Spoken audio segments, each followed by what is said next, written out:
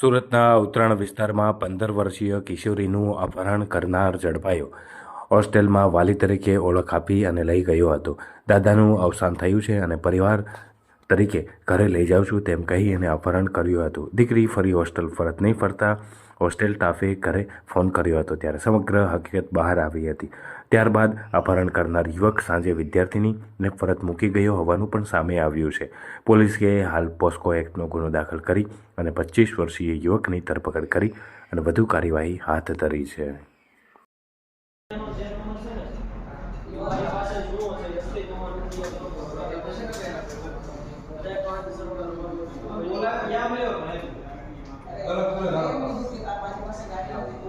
आपको किसने बताया कि ये उधर पड़ा है था?